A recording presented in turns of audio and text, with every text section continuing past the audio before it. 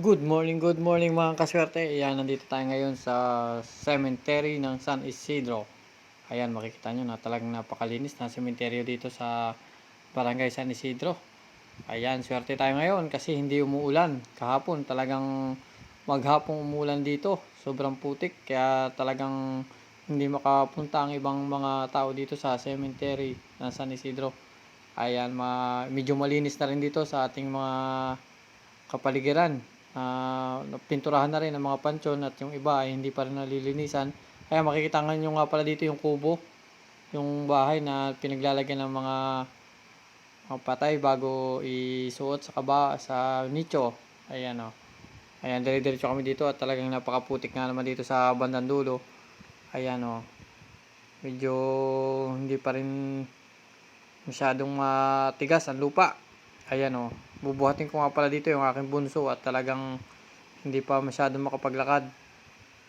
Sobrang putik. Ayan, napakyat nga ako dito sa ibabaw ng pansyon.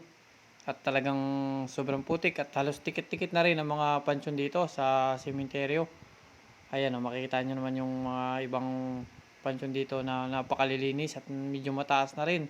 Sobrang dami. Ngayon lang ulit ako napapunta dito pero talagang laki ng pinagbago yun. May sirangang bubong dito sa kalapit ng kapatid ni Mrs. Ayan o. Patingin-tingin nga lang kami at lumipat na kami dito sa aking mga lolo at lola at saka sa aking mga tita. Nagtirik na ako dito sa labas. Ayan o, may dala pa kaming kandila dyan. Ayan, at aking silipin lang muna nga nito mga ito. Baka ako naman ang dalawin nito mamayang gabi. O ayan, silip-silip at medyo maaga pa nga punta dito sa sementeryo. Medyo maganda na nga pala ang place namin dito. May mga steel matting na rin, may bubong na rin.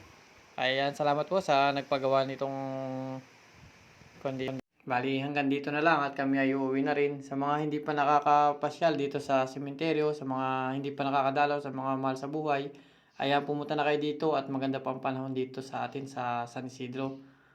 Ayan, makikita nyo na napakaaliwalas naman.